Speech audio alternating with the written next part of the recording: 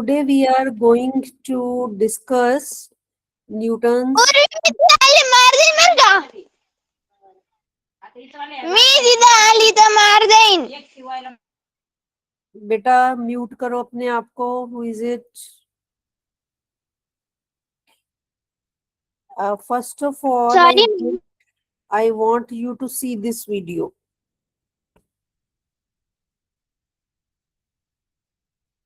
Visible है मेरी screen? Yes, ma'am. Yes, ma'am. Play क्यों नहीं Yes, हो रहा?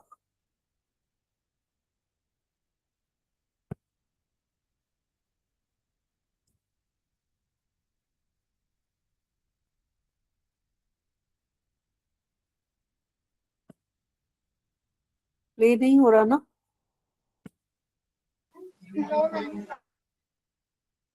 चलो कोई बात नहीं. We can start from our presentation.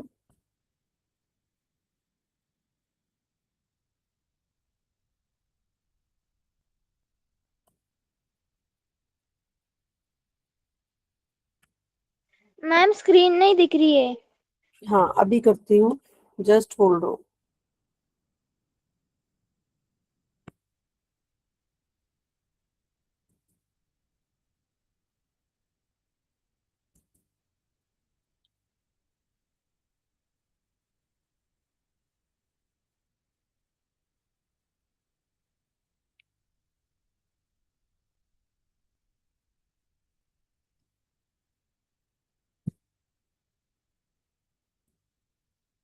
अभी दिख रही है स्क्रीन? स्क्रीन दिख रही है? Yes, ma'am. हाँ जी. इसको स्लाइड शो कर लें.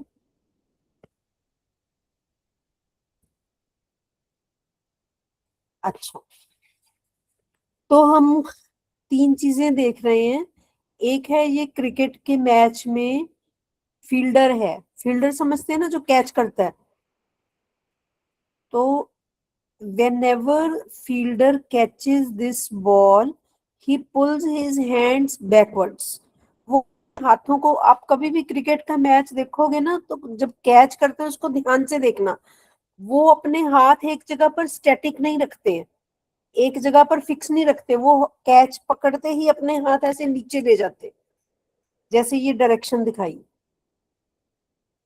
ठीक है, यहाँ पे पकड़ेगा और उसके बाद ये पीछे को ले जाएगा. एक ये चीज. सेकंड, जब हम गाड़ी में सीट बेल्ट लगाकर बैठते हैं, तो ये छोटी सी सीट बेल्ट, हम हमेशा बोलते हैं ना अपनी सेफ्टी के लिए सीट बेल्ट लगाएं, सो दैट अगर गाड़ी की कहीं टक्कर हो तो जो आगे को पैसेंजर ने गिरना है ना, falling forward, that becomes slow. वो बहुत वायलेंटली आगे जाके शीशे में लगेगा. और अगर सीट बेल्ट होएगी, सीट बेल्ट लगी होगी, वो फ्लेक्सिबल होती है, तो थोड़ी स्लो उसकी मूवमेंट आगे को होगी. सिमिलरली इसमें बॉल आ रही है, अगर ये यहीं पे रुक जाता कैच कर कर, हाथ रोक दे, तो टाइम कम लगेगा. अगर ये थोड़ा सा टाइम ज्यादा लेता है, पीछे को करता है अपने हाथ. ठीक है, और ये थर्ड वाला बाद में करेंगे डिस्कस. तो लास्ट क्लास में हमने एक टर्म लर्न की थी, which is momentum. Momentum is, hello बोलो बेटे,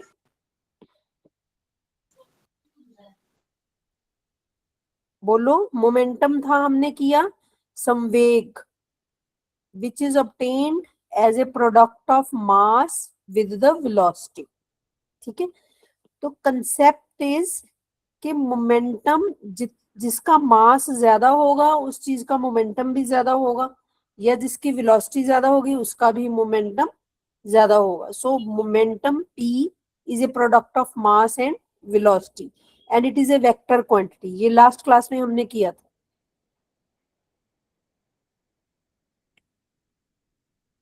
अभी आते हैं न्यूटन सेकंड लॉ पर. न्यूटन सेकंड लॉ की स्टेटमेंट देखो पहले. The rate of change of momentum. Rate of word जब भी आता है, मैंने आपको बताया था, रेट ऑफ आता है मींस उस चीज को टाइम से डिवाइड करना है. रेट ऑफ टाइम से डिवाइड हो गया. किस चीज का रेट है? Change of momentum. So change in momentum divided by the time taken for this change. कितने टाइम में ये चेंज हुआ. ठीक है बेटा. The rate of change of momentum of a body is directly proportional to the applied force and takes place in the direction of the force.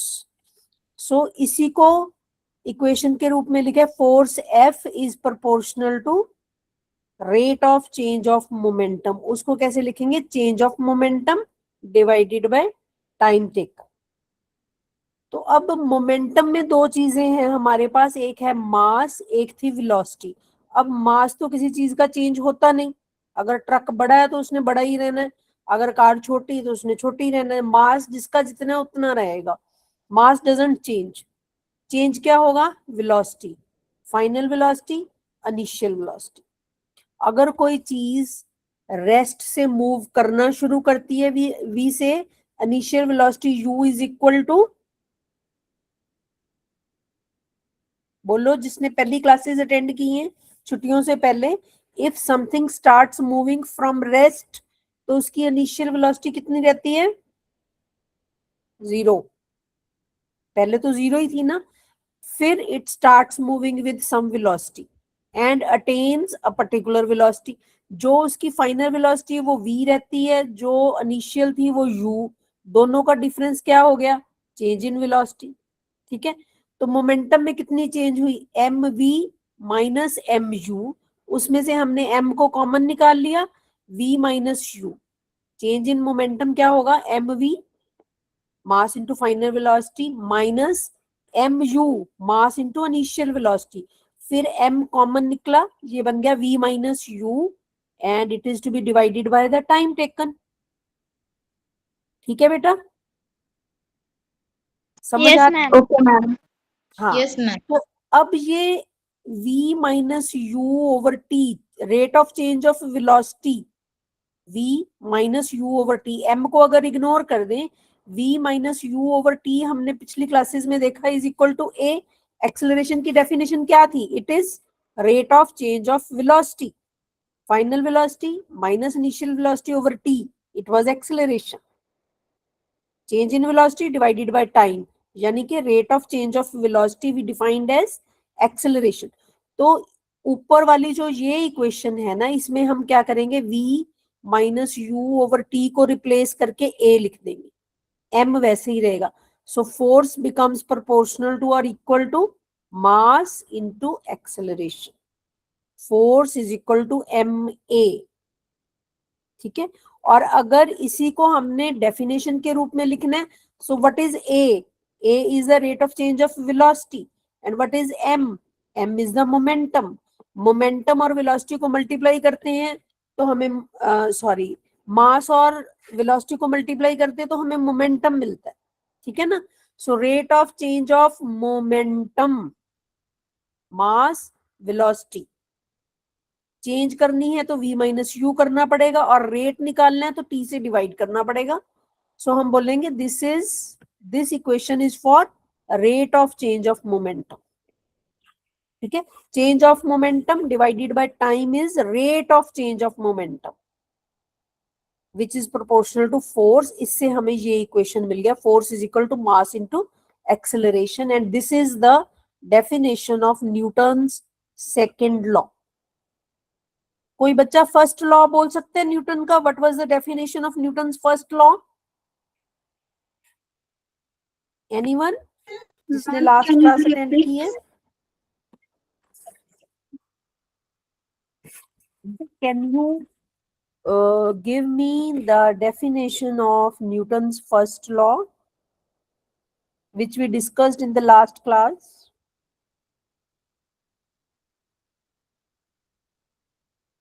Any one of you? बेटा पिछली class पढ़ के आया करो. ऐसे हम आगे आगे भागते चले जाएंगे और आप पिछला नहीं पढ़ोगे तो कुछ भी याद नहीं होगा.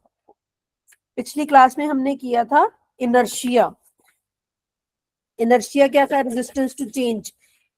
A body which is at rest wants to remain at rest and a body which is in uniform motion wants to be in motion, जो चल रहा है वो चलता रहना चाहता है, जो रुका हुआ है वो रुका रहना चाहता है। यही किया था ना हमने, और उससे न्यूटन्स फर्स्ट लॉ ड्राइव किया था, which states that a body wants to remain in its state of rest or of uniform motion unless a force is applied on it. जब तक एक फोर्स नहीं लगाते वो बॉडी रेस्ट वाली rest में रहती है, मोशन वाली मोशन में चलती चली जाती। यही था ना फर्स्ट लॉ। उसके बाद हमने किया कि फोर्स होती क्या है। फोर्स होती है पुश और पुल। फोर्स करती क्या कुछ है, फोर्स नजर तो नहीं आती, फोर्स या बल हमें दिखता नहीं है, बट फोर्स लगाकर हो क्या रहा है, या तो रेस्टिंग बॉडी मोशन में चली गई, मोशन वाली बॉडी रुक गई, या बॉडी की शेप चेंज हो गई, या साइज चेंज हो गया, ठीक है, या डायरेक्शन ऑफ मोशन चेंज हो गई, जैसे क्रिकेट में करते हैं, बैट्समैन बॉल को हिट करता है और उसकी डायरेक्शन बदल देता, स्पीड बदल देता, फोर्स लगाई है ना उसने। सो पहले लॉ में हमने कहा, first law states a body in rest remains in rest और a body in uniform motion remains in uniform motion till a force is applied on it. ठीक है, तो यहां से हमें टर्म मिली फोर्स। नेक्स्ट स्टेप में हमने देखा कि फोर्स क्या चीज है। फोर्स क्या है? Force is an influence which is push or pull which can do the following things. वो फॉलोइंग थिंग्स क्या थे? Action of force. 5 एक्शन बताए थे आपको मैंने फोर्स के, 5। One is it sets a resting body into motion, जो रुकी हुई थी उसको चला दिया। It stops a moving body, जो चल रही थी उसको रोक दिया। It changes the speed of a moving body, उसको फास्ट या स्लो कर दिया। It changes the direction of a moving body. And fifth one was it can change the shape and size of, जैसे एक स्प्रिंग को खींच के, force लगा के आप खींच के स्प्रिंग को लंबा कर सकते हो, तो शेप एंड साइज चेंज हो गया ना स्प्रिंग का। सो ये 5 एक्शन थे फोर्स के। अब हमने देख लिया कि फोर्स होती क्या है। अब न्यूटन सेकंड लॉ क्या करता है, हमें बताता है कि फोर्स कैलकुलेट कैसे करनी है। फोर्स कैलकुलेट करनी है मास इनटू एक्सेलरेशन। मास का यूनिट पता है आपको? मास का यूनिट क्या है? किलोग्राम। और एक्सेलरेशन का यूनिट किसी को याद है पिछली क्लासेस से? Acceleration is velocity over time, meter per second square. Velocity was meter per second, एक बार और सेकंड से डिवाइड हुआ तो सेकंड का स्क्वायर हो गया, मीटर पर सेकंड स्क्वायर। तो फोर्स का यूनिट क्या बना? किलोग्राम। मास से आ गया, एक्सेलरेशन से क्या आया? Metre per second square. और इसको हम बोलते क्या है? न्यूटन। साइंटिस्ट जिसने फोर्स की कैलकुलेशन दी, न्यूटन ने अपने सेकंड लॉ में हमें फोर्स कैलकुलेट करनी सिखाई। पहले उसने बताया फर्स्ट लॉ में जब तक फोर्स नहीं लगाते मूविंग बॉडी मूव करती रहेगी, रेस्टिंग बॉडी रेस्ट में रहेगी, फोर्स लगानी पड़ेगी। फिर उसने बताया फोर्स होती क्या है। फिर उसने हमें फोर्स कैलकुलेट करनी सिखाई। Force is equal to m into a, mass into acceleration, और force is proportional to change in momentum divided by the time taken for this change. कितने टाइम में मोमेंटम चेंज हुआ, कितने टाइम में जो u थी वो v बन गई, ठीक है, टाइम टेकन फॉर दैट। सो इसको कैलकुलेट, ये बिल्कुल सिंपल सी है। एक स्टेप यहाँ मिसिंग है, चेंज इन मोमेंटम को हम लिखेंगे f is proportional to mv minus mu over t, फिर m कॉमन निकाल लेंगे, v minus u over t। फिर हम पिछली अपनी नॉलेज से बताएंगे कि v minus u over t is equal to the acceleration, ठीक है। फिर हम इसको m इंटू ए कर देंगे, simple. Force is M A, और फोर्स का यूनिट इस साइंटिस्ट के नाम पे रख दिया newton. And 1 newton is equal to 1 kilogram metre per second square. Kilogram mass का, metre per second square acceleration का। And this is the definition. Force is proportional to rate of change of momentum and direction of forces। जिधर को force लगेगी उधर कोई momentum change होगा ना। Direction is equal to the direction is equal to the direction of the force. ठीक है, आगे Yes, चलें, ma'am. इतना क्लियर Yes, है? आगे चलें बेटा। ma'am. Yes, ma'am. Yes, ma'am. Yes, ma'am. Okay, अब ये देखो,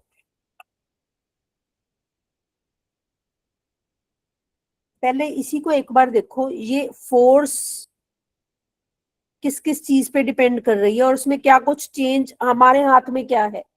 मास हमारे हाथ में नहीं है, एक बॉडी का जितना मास है उतना ही रहेगा।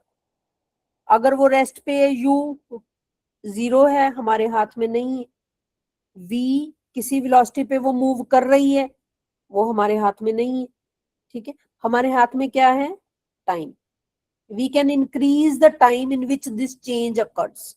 अगर हम टाइम बढ़ा देंगे तो ये फोर्स, टाइम नीचे है ना, डिवाइड कर रहा है, अगर टाइम इंक्रीज होगा तो ये फोर्स जो है कम हो जाएगी।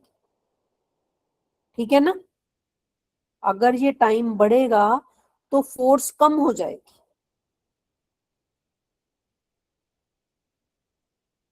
अब ये देखो, time taken to stop increases, impact of force decreases from the equation. The golden rule of impact होता है कि उस फोर्स का इफेक्ट क्या हुआ, असर क्या हुआ। ठीक है, if you increase the time it takes to stop a moving object, you drastically decrease the force exerted by it, because force is change in momentum over time. अगर आप टाइम बढ़ाओगे, time taken for change in momentum आप बढ़ा दोगे तो force कम हो जाएगी ना, तो इम्पैक्ट भी फोर्स का कम होगा। By stretching out means increasing the time, we can prevent the bones from breaking and cars. अब पहली एग्जांपल पे दोबारा जाएंगे इस पे। ये देखो, ये बंदे ने क्या किया, फील्डर ने, अगर यहीं पे बॉल को कैच कर लेता, हाथ ऊपर करके भी तो कैच कर सकता था ना, कर सकता था ना। बॉल का एक मास है विच इज फिक्स्ड, बॉल का जो एम है, मास है, वो तो जितना है उतना ही रहेगा। एक वेलोसिटी से बैट्समैन ने इसको हिट किया, इसके पास काफी वेलोसिटी है बॉल के पास, तो जब इसके हाथ को टच करेगी तो सडनली वेलोसिटी 0 हो जाएगी। ठीक है ना, तो इस केस में इनिशियल वेलोसिटी कितनी है जो बैट्समैन ने हिट की है, फाइनल वेलोसिटी कितनी होगी? 0, बिकॉज रुक जाएगी बॉल सडनली, इसके हाथ में आके रुक जाना है ना बॉल ने। पकड़ने के बाद ये फील्डर हाथ को पीछे को करता रहता है ताकि बॉल की जो स्टॉप होने में थोड़ा ज्यादा टाइम लगे, इमीडिएटली स्टॉप ना हो जाए, थोड़ा सा टाइम ज्यादा ले, फ्यू सेकेंड्स। अब कभी भी क्रिकेट का मैच देखोगे ना, देखना वो अपने हाथ को ना ऐसे फिक्स नहीं रखते हैं, कैसे हाथ खोला और कैच आ गया, पकड़ने के बाद थोड़ी देर वो हाथ को मूव करते हैं पीछे को, वो टाइम लगता है। टाइम इंक्रीज हो जाएगा तो फोर्स डिक्रीज, ताकि हाथों पे चोट कम लगे, इम्पैक्ट फोर्स का कम हो, फोर्स कम हो जाए। ठीक है, change in momentum should occur comparatively slowly, धीरे धीरे मोमेंटम कम हो, एकदम वी से आ रही थी और सडनली इसकी 0 करनी है वेलोसिटी, राइट। इसलिए वो हाथ को पीछे, ये बहुत इंपॉर्टेंट क्वेश्चन है, why a fielder in a cricket match pulls back his hands on catching the ball. ठीक है, क्यों करता है वो? बॉल एक मोमेंटम से बॉल का एक मास है, एक वेलोसिटी है इसके पास, ये एक मोमेंटम के साथ आ रही है, when he will catch the momentum will become 0, velocity will become 0। ठीक है, इफ इट हैपेंस सडनली, अगर टाइम बहुत कम लगेगा तो फॉर्मूला के अकॉर्डिंगली फोर्स ज्यादा होगी, अगर टाइम ज्यादा लगेगा तो फोर्स कम बनेगी। ठीक है, so to decrease the impact of the force. Similarly इसमें है, अगर बेल्ट लगी होगी तो इसके आगे जाने में थोड़ा सा, बेल्ट स्ट्रेचेबल होती है, तो इसको फॉलिंग फॉरवर्ड में, इफ द सामने कोई चीज आ गई कार के, इसको सडनली ब्रेक लगानी पड़ी तो ये आगे सिर नहीं जाके इसका टकराएगा, इसको हल्का सा स्लो हो जाएगी मूवमेंट। ठीक है बेटा, मोमेंटम स्लोली चेंज होगा तो फोर्स का इंपैक्ट इस पर कम होगा, ये कर रहे थे। तो इम्पैक्ट फैक्टर इज कि फोर्स ने उसको चोट कितनी पहुंचाई बंदे को, फील्डर के हाथों को कितनी चोट लगी बॉल से, या कार आगे टकराई या कार ने सडन ब्रेक लगाई तो बंदा आगे को झटका लगा तो उसको कितना इम्पैक्ट हुआ उस पर, उसको हमने मिनिमाइज करना, इम्पैक्ट फोर्स को मिनिमाइज करना है, जिसके लिए हमें, because this was the formula by second law, force is proportional to rate of change of momentum, that is change of momentum over time। ठीक है, अगर हम मोमेंटम चेंज करने वाले टाइम को थोड़ा सा इंक्रीज कर देंगे तो ये फोर्स का इम्पैक्ट कम हो जाएगा, इसीलिए फील्डर अपने हाथ पीछे को खींच लेता है पकड़ने के बाद, और सीट बेल्ट लगने से हमें एक्सीडेंट के केस में कम चोट लगती।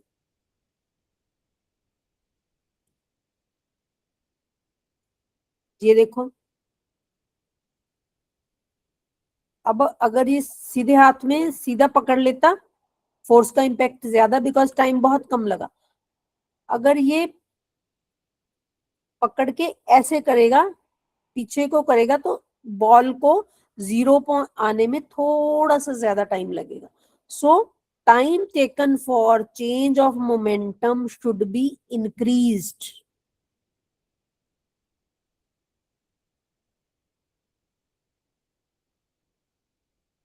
ये देख लिया हमने, ये भी कैच वाली ही स्टोरी है, एकदम पकड़ना और थोड़ी बाजू पीछे करके पकड़ना।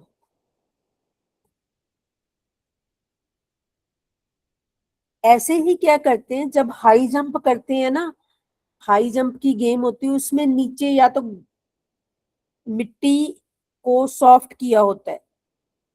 स्कूल में हाई जंप अगर किसी को पता हो या कोई पार्टिसिपेट करता हो उसको पता होगा, जहां पे हम हाई जंप करके गिरना होता है ना, जहां पे प्लेयर ने, वहां पे मिट्टी को सॉफ्ट किया होता है या कोई कुशन बिछाया होता है।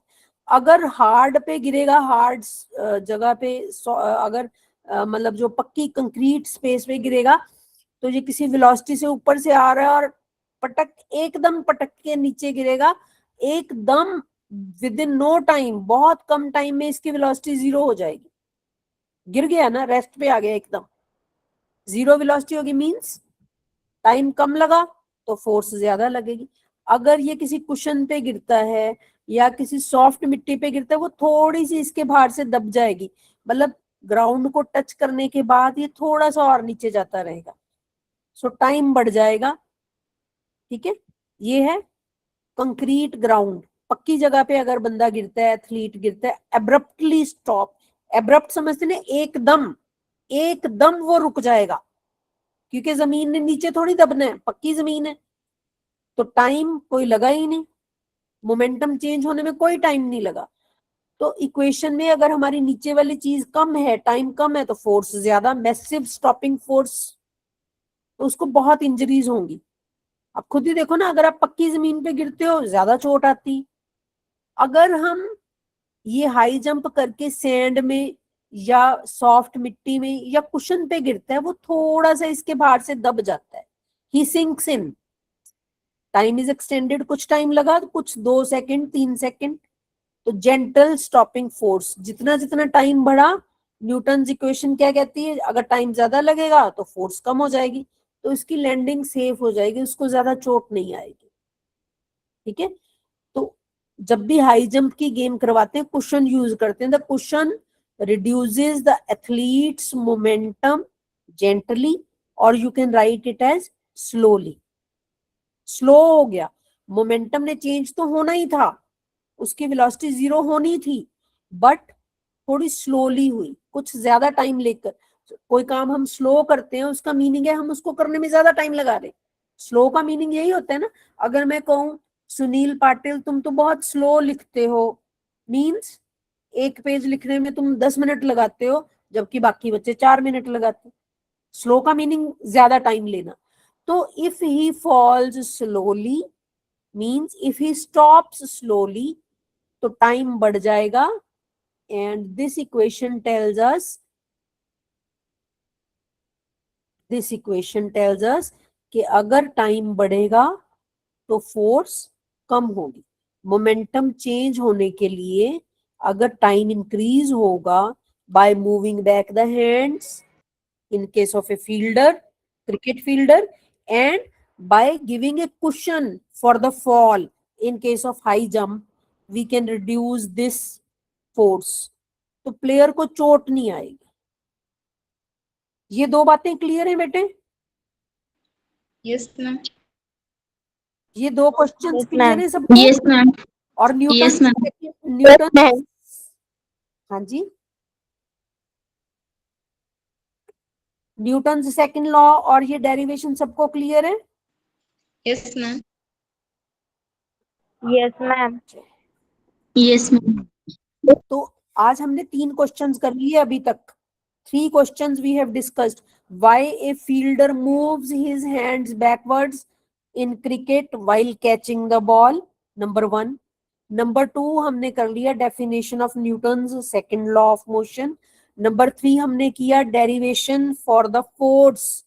What is force? Force is proportional to change in momentum divided by time. उससे हमने force is equal to ma तक ड्राइव किया और हमने उसका यूनिट दिया फोर्स का newton, which is equal to 1 kilogram metre per second square. अब आगे चलते हैं। This is just a repetition. ये देखो सीट बेल्ट से, ये सीट बेल्ट लगी है, लाइफ कैसे बचती है ये पढ़ने की कोशिश करो। द फिनोमिनन, हमेशा बोलते हैं ना हम, जब भी ड्राइव कर रहे हो, जब भी बैठे हो, फॉरेन कंट्री में क्या करते हैं, जो पिछली सीट पे बैठे हैं उनको भी कहते हैं कि बेल्ट लगा के बैठे, ठीक है। इन ए सडन क्रैश, अचानक से आगे कुछ आ गया और टक्कर हो गई। एक कार स्टॉप्स इमीडिएटली, कार 100 की स्पीड से जा रही थी, सडनली उसकी स्पीड 0 हो गई, ठीक है। अब इनर्शिया की वजह से पैसेंजर आगे को फॉल फॉरवर्ड करता है। जैसे हमने बस की एग्जांपल की थी ना, बस सडनली रुक जाते तो हम आगे को गिरते हैं। कार में झटका लगता है, कार सडनली रुकेगी या बस सडनली रुकेगी, पैसेंजर आगे को गिरेगा, but passenger continue moving forward with huge momentum. उसका अपना मास है, हर बंदे का अपना मास है, ठीक है, प्लस वेलोसिटी उसको मिली हुई है कार वाली, एमवी बना हुआ है उसका, ठीक है। Seat belts are slightly stretchable. As the belt stretches, it increases the time taken by the passenger to fall forward. आगे को होगा, झटका तो लगेगा, बट झटका स्लो लगेगा। स्लो लगेगा मींस थोड़ा टाइम ज्यादा लगेगा उसको फॉल फॉरवर्ड होने में।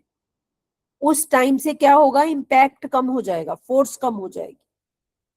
सो सीट बेल्ट के पीछे भी न्यूटन सेकंड लॉ है।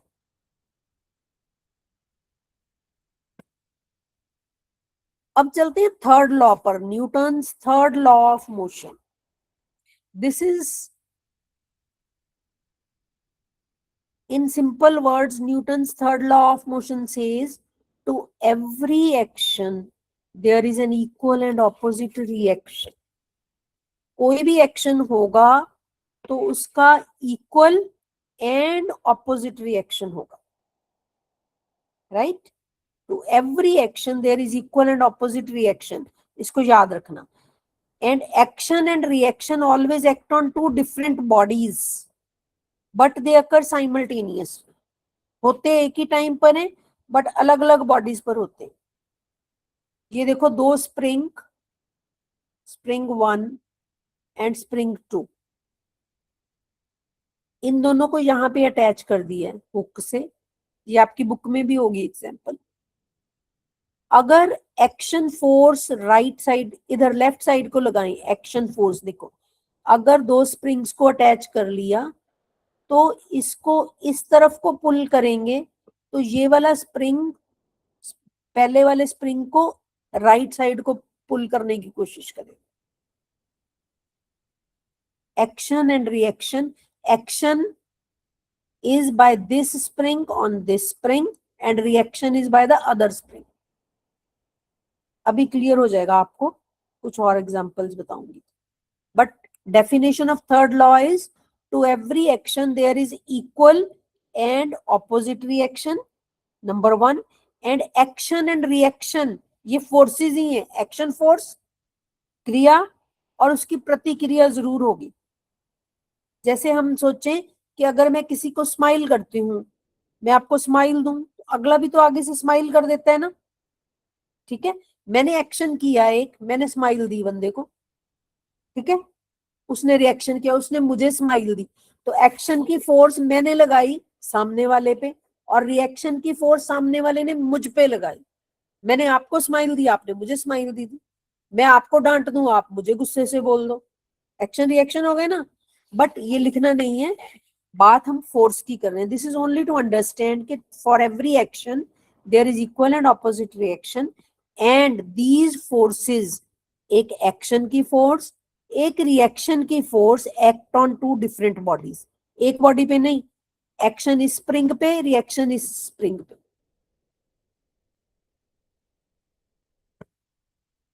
अभी हम समझने की कोशिश करते कि हम चलते कैसे हैं. How this Newton's third law explains कि हम why how can we move forward. अब देखो ये है एक्शन. क्या हुआ, हमने अपने पैरों की फोर्स से जमीन को पीछे को धक्का दिया. Action is our foot pushes the ground backwards. ये वाला पैर जो है, this one, it is on the ground and with this foot we push the ground backwards. और अब रिएक्शन कौन कर रहा है, ग्राउंड कर रही है, ये जमीन प्रतिक्रिया कर रही है, रिएक्शन कर रही है. Ground pushes our foot forwards with equal force. जितने जोर से हम जमीन को धक्का देंगे उतने जोर से जमीन हमें आगे को धक्का देगी. हम जमीन को पीछे को धक्का दे रहे हैं. We are pushing the ground backward with our foot. With the equal force ground pushes us forward. हमने बोला ना इक्वल एंड ऑपोजिट. अगर हम जमीन को बैकवर्ड पुश करते हैं तो जमीन हमें फॉरवर्ड पुश करती है.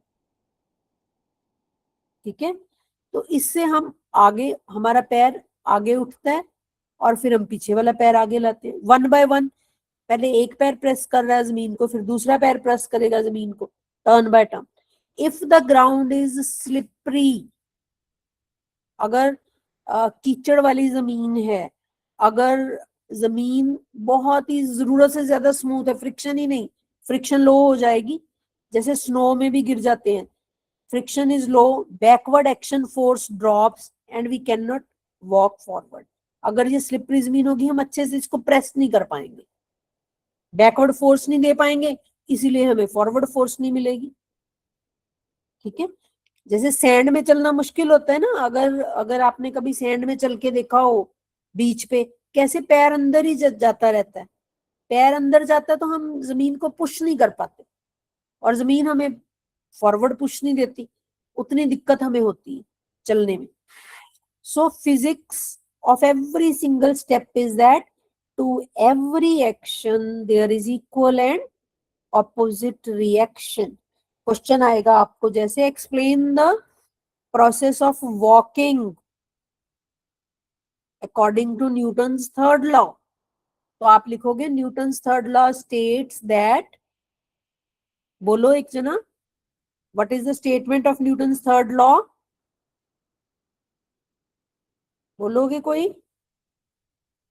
क्या मैम? स्टेटमेंट बोलो थर्ड लॉ की.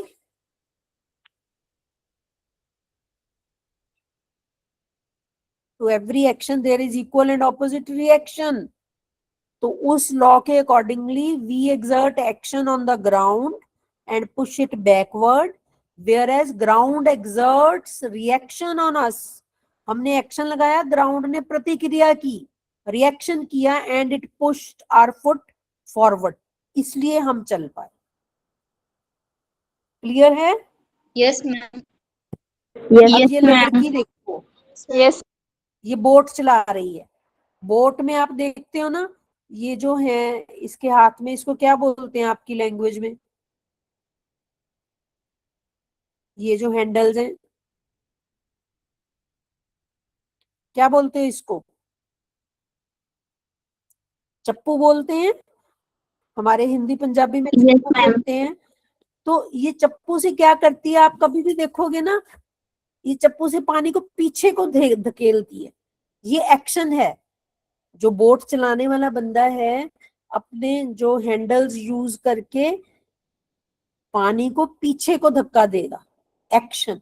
और पानी क्या करेगा, बोट को फॉरवर्ड कर देगा, आगे को धक्का देगा। हमें लगता है क्या कि हम आगे से अपने पानी को हटा रहे हैं, हटा नहीं रहे होते। लगता है ऐसे ना, जब चप्पू चलाते हैं कि आगे से पानी को पीछे कर रही है, पानी को हटा रही है सामने से ताकि रास्ता मिल जाए। वो रास्ता नहीं ढूंढ रही, वो क्या कर रही है, पानी पे एक्शन लगा रही है एंड पुशेज इट बैकवर्ड्स। और रिएक्शन में पानी क्या करता है, पानी पुशेज द बोट फॉरवर्ड और बोट आगे को चल पड़ती। ये देखो, ये रेड वाला क्या है, बैकवर्ड। पानी को इस चप्पू के साथ बैकवर्ड धक्का दिया, this is action. Same force के साथ पानी ने बोट को आगे को धक्का दिया, रिएक्शन। ठीक है। एक और चीज आपने देखी होगी, जब हम बोट से उतरने लगते हैं, ठीक है, तो हम अपना पैर आगे को करते हैं, हम फोर्स लगाते हैं आगे को, और बोट पीछे को चली जाती है। ठीक है ना।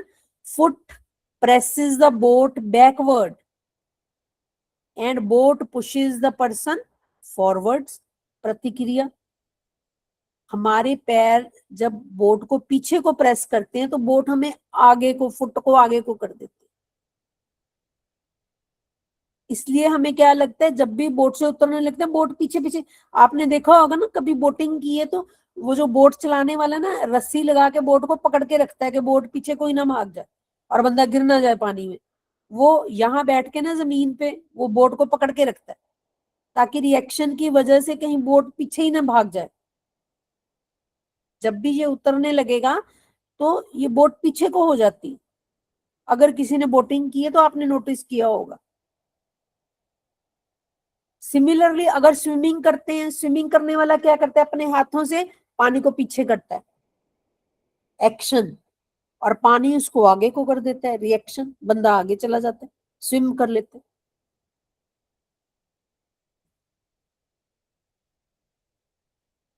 अच्छा, ये बहुत इंपॉर्टेंट एक एग्जाम्पल है, ये भी न्यूटन थर्ड लॉ है। ये क्या कहता है,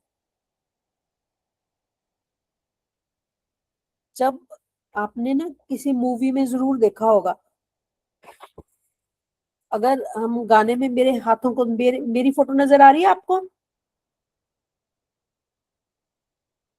बच्चे? मेरी फोटो नजर आ रही है आपको? Yes, ma'am. Can you see my hands? जब हम इशारा भी करते ना कि गोली मार दूंगा, हम ऐसे क्यों करते हैं हाथ को? अगर मैंने, आप गुस्से में जब कभी लड़ाई होती है कि गोली मार दूंगा, गाने भी हैं, गाने भी बने हुए ना, डिस्कू, ऐसे क्यों करके दिखा रहे हो हाथ को? ठीक है। और मूवीज में आपने देखा भी होगा, जैसे बॉर्डर मूवी है, यहाँ पे कंधे पे गन लगा के चलाता है बंदा, ऐसे पीछे को हो जाता है, शोल्डर हमेशा पीछे को जाता है जब भी गोली आगे को जाती है। तो ये क्या है, गन के अंदर, ये जो गन का बैरल है, जब इसको प्रेस करते हैं तो ये एक एक्शन लगाता है बुलेट पर। अब छोटी सी बुलेट वो फोर्स की वजह से बहुत दूर तक जाती है, बहुत स्पीड से जाती है। फोर्स ऑन बुलेट, ये बुलेट है, इस पे फोर्स लगी, एक्शन। और इस एक्शन का रिएक्शन क्या हुआ, गन पे फोर्स लगी, बंदे ने यहाँ पे अगर हाथ में पकड़ी है तो उसका हाथ पीछे को जाता है। मतलब हम इशारा ही ऐसे कर, गोली मार दूंगा, गोली मार दूंगा तो ऐसे करना चाहिए ना इशारा, ऐसे, गोली मार दूंगा, गोली तो आगे को जा रही है, हम इशारा कैसे करके बताते हैं, गोली मार दूंगा, गोली मार दूंगा, पीछे को करते हैं हाथ। हम रिक्वायल दिखाते हैं कि जब गोली आगे को जाएगी तो हाथ पीछे को आएगा। अगर छोटी गन है, हाथ में पकड़ी है, आप मूवीज में देखना, कभी भी पुलिस वाला गोली चला रहा है या चोर गोली चला रहे हैं एक दूसरे पे, ऐसे ऐसे करते हैं, ऐसे ऐसे। हिलता क्यों हाथ, ऐसे स्टैटिक क्यों नहीं रहता? गोली आगे चली गई तो चली गई, हाथ पीछे को क्यों जा रहा है? Due to Newton's third law. ये चीजें आप नोट करना, क्रिकेट का मैच देखोगे नोट करना, फील्डर कैच पकड़ के ऐसे हाथ नीचे कर लेता है, यहीं यहीं पे नहीं रखता है हाथ अपने, वो ऐसे नीचे कर लेता है।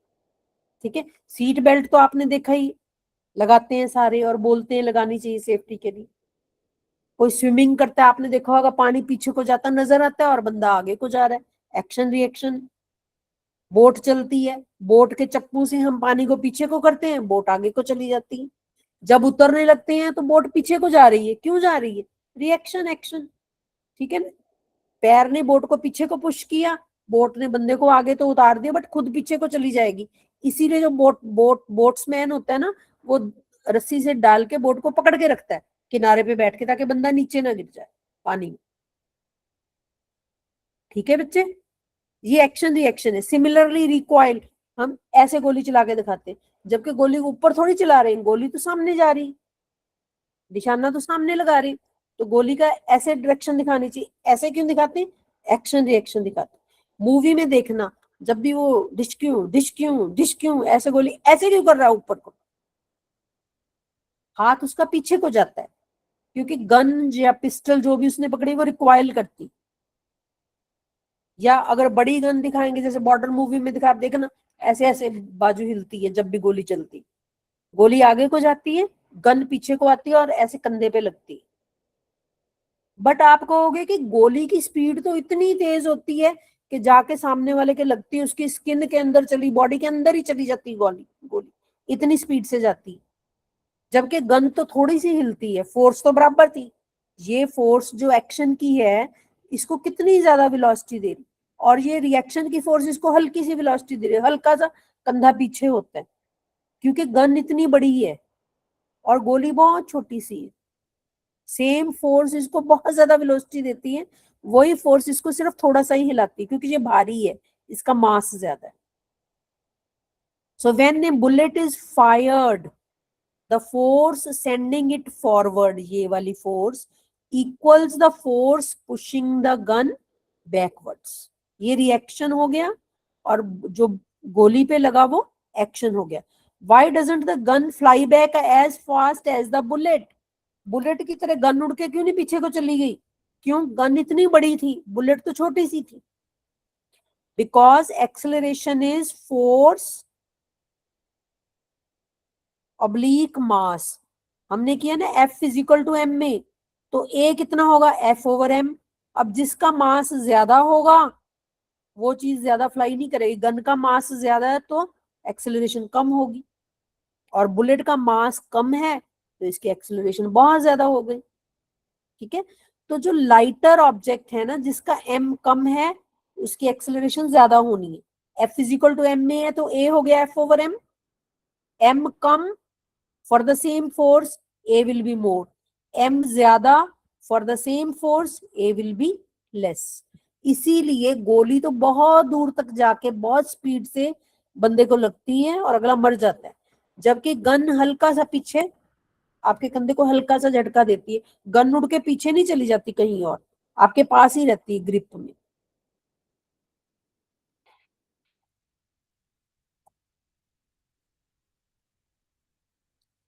सेम हम देखते हैं, इसको छोड़ दो, rockets do not need air to push against the work purely, इसको छोड़ दो।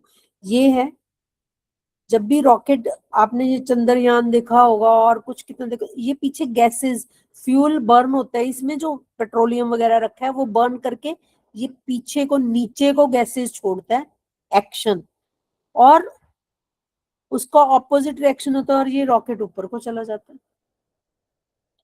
Hot gases blast down, action है, नीचे को आ रही है, उसके ऑपोजिट रिएक्शन है, rocket is propelled into space, rocket ऊपर को जा रहा है, एक्शन रिएक्शन। और एक लास्ट चीज जो इस चैप्टर में है वो है टोटल मोमेंटम पूरे सिस्टम का सेम रहता है। When two or more bodies act upon one another, their total momentum remains constant. Conservation मतलब कांस्टेंट रहना, चेंज नहीं होता टोटल मोमेंटम सिस्टम का, provided no external force is acting. Momentum is never created, never destroyed. It is only traded between. एक से दूसरे object के पास shift होता रहता है, नया मोमेंटम नहीं आता कहीं से, ना ही जो है मोमेंटम वो खत्म होता है. Universe is a perfect accountant. Whatever momentum exists before an event must exist exactly after the event. अब इसकी मैं आपको एग्जांपल बताती हूँ. इसकी लॉ यही है, when two or more bodies act upon one another, total momentum of the system remains constant. Means conserved. ये देखो, इसको समझने की कोशिश करो. एक ये ट्रक था बड़ा, ठीक है, इसका मास था m1, इसकी वेलोसिटी थी, इनिशियल वेलोसिटी u1, और इसके सामने एक कार जा रही थी, कार का मास था m2, वेलोसिटी थी u2. ट्रक ने पीछे से कार को टक्कर मार दी, ठीक है. उससे क्या होगा, कार को धक्का लग गया, कार की एक्सेलरेशन हो गई, इसकी वेलोसिटी हो गई v2, मास तो m2 ही रहा v2, और ट्रक जिसने पीछे से टक्कर मारी थी उसकी वेलोसिटी थोड़ी कम हो गई, रास्ते में कार आ गई ना, आगे टक्कर लगी, ट्रक की वेलोसिटी कम हो गई, इसकी बढ़ गई. टोटल जो m1 u1 plus m2 u2 था total before collision, after collision भी वही रहेगा, m1 v1 m2 v2 दोनों इक्वल रहेंगे, कांस्टेंट रहेंगे. एक की वेलोसिटी कम हुई क्योंकि उसके सामने एक रुकावट आ गई, कार आ गई सामने, उससे टकरा गया, कुछ वेलोसिटी इसको शिफ्ट हो गई, ये इसको आगे धक्का लग गया, ये आगे को चला गया, v2 हो गई, u2 से v2 हो गई बढ़कर, और ये u1 से v1 हो गई, थोड़ी कम हो गई पहले से, ठीक है. सो टोटल मोमेंटम टक्कर लगने से पहले, कोलिजन मींस टक्कर हो गई दोनों की, एक्सीडेंट हो गया, is equal to total momentum after the collision, m1 u1 plus m2 u2 is equal to m1 v1 plus m2 v2.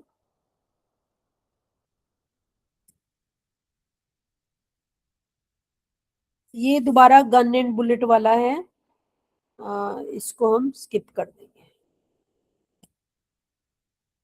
ये हमारा जो पूरा चैप्टर, 3 क्लासेस हमारी छुट्टियों के पहले हुई थी और 2 क्लासेस अभी हुई हैं, पूरे चैप्टर में ये सारे फॉर्मूलाज आए हैं, ठीक है. सबसे पहले हमने किया डिस्टेंस और डिस्प्लेसमेंट में क्या डिफरेंस है, फिर हमने किया स्पीड एंड वेलोसिटी, दोनों को टाइम से डिवाइड करते हो, स्पीड और वेलोसिटी मिलते हैं. स्पीड का फॉर्मूला क्या है, मीटर पर सेकंड, डिस्टेंस के मीटर, टाइम के सेकंड, वेलोसिटी का भी मीटर पर सेकंड. एक्सेलरेशन क्या था, change in velocity v minus u divided by time t, a is v minus u by t, और इसका फॉर्मूला क्या था, v माइनस u, वेलोसिटी का क्या फॉर्मूला, मीटर पर सेकंड, दोबारा metre per second square acceleration. फिर हमने 3 equations की, v is u plus at, s is ut plus half at square, v square minus u square is 2as. याद होंगी आपको, अगर नहीं याद तो इसको रिवाइज करो, जो भी मैंने लेक्चर पहले लिए हैं. फिर हमने लास्ट लेक्चर में लिया momentum is equal to mass into velocity. आज हमने किया Newton second law which says force is equal to m into a, mass into acceleration. फिर हमने किया conservation of momentum before collision, 2 चीजों का जितना टोटल मोमेंटम था आफ्टर कोलिजन भी वो बराबर. Before collision m1 u1 truck का, m2 u2 कार का, टोटल कर दो, और आफ्टर कोलिजन ट्रक का और कार का टोटल कर दो, दोनों टोटल्स बराबर होंगे. इन न्यूमेरिकल्स के बेस पर हम नेक्स्ट क्लास में इन फॉर्मूलाज के बेस पे क्वेश्चंस करेंगे. जो मंडे को क्लास होनी है उसमें, वो इस चैप्टर की लास्ट क्लास है बेटा. प्लीज ट्राई कि आप अपनी बुक के, जो 9th क्लास की आपकी बुक है बोर्ड की, उसके सारे क्वेश्चंस कर लो, सारे न्यूमेरिकल्स भी कर लो, और जो भी कहीं आपको डाउट है वो हम डिस्कस कर सकते हैं. अगर आप ऐसे पैसिवली बैठे रहोगे ना कि मैडम बोल रहे हैं हम हाँ जी कर देंगे, ठीक है, फिर आपको फिजिक्स कभी नहीं आ पाएगी। ये 3 दिन है आपके पास, जितने भी क्वेश्चन मैंने एक शेयर की है आपके साथ, ये मैडम शेयर कर देंगे वर्कशीट, वो वर्कशीट को कंप्लीट करो। कुछ और न्यूमेरिकल्स में भेजूंगी, कुछ आपकी बुक में है, सारा सॉल्व करो और नेक्स्ट क्लास में आप लोग बोलोगे क्वेश्चंस के आंसर। ठीक है बेटा? Yes, ma'am. सबने Yes, करके ma'am. आना है। जो बच्चा साथ साथ क्वेश्चन करेगा उसी को फिजिक्स आएगी, नहीं तो फिजिक्स नहीं आएगी आपको। ऐसे मेरा काम सिर्फ समझाना है, उसको लर्न करना आपका काम है। उसके बेस पे ये फॉर्मूले यूज करके न्यूमेरिकल्स आप जितने प्रैक्टिस करोगे, कहते हैं ना practice makes a man perfect, आप परफेक्ट हो जाओगे, आपका न्यूमेरिकल कभी गलत नहीं होगा। स्टॉप करें अभी? Yes, ma'am. ओके बेटा, good night and sweet dreams to all of you. But Bye, ma'am. Thank you. Dreams Good night. देखो, ड्रीम्स वो नहीं होते। अब्दुल कलाम पता है आपको? एपीजे अब्दुल कलाम कौन थे? Yes, ma'am. प्रेसिडेंट थे, साइंटिस्ट थे बहुत बड़े उसके। वो कहते, इसरो के साइंटिस्ट थे बहुत बड़े। वो कहते थे ड्रीम वो नहीं होता जो हम सोते हुए देखते हैं, उसको सपना नहीं कहते। सपना तो वो होता है जो हमें सोने ही ना दे। अगर हमने सपना देखा है कि मैंने बड़े होकर डॉक्टर बनना है, मैंने इंजीनियर बनना है, मैंने पायलट बनना है, तो वो सपना आपको बताए कि भाई पायलट बनना है, डॉक्टर इंजीनियर वकील बनना है, पढ़नी पड़ेगी फिजिक्स। जो मैडम ने कराया फटाफट कर ले, सोने से क्या मिलना है, करके सोएंगे। ठीक है बेटे? सो सपने वो नहीं जो हम सो के देखते हैं, सपना तो असली वो है जो हमें सोने ही ना दे, हमें पुश करता रहे कि काम करो काम करो काम करो, पढ़ो पढ़ो पढ़ो। Right? Good night. Good night, ma'am. Bye. Good bye night. Bye. Good night. Bye, Good ma'am. night.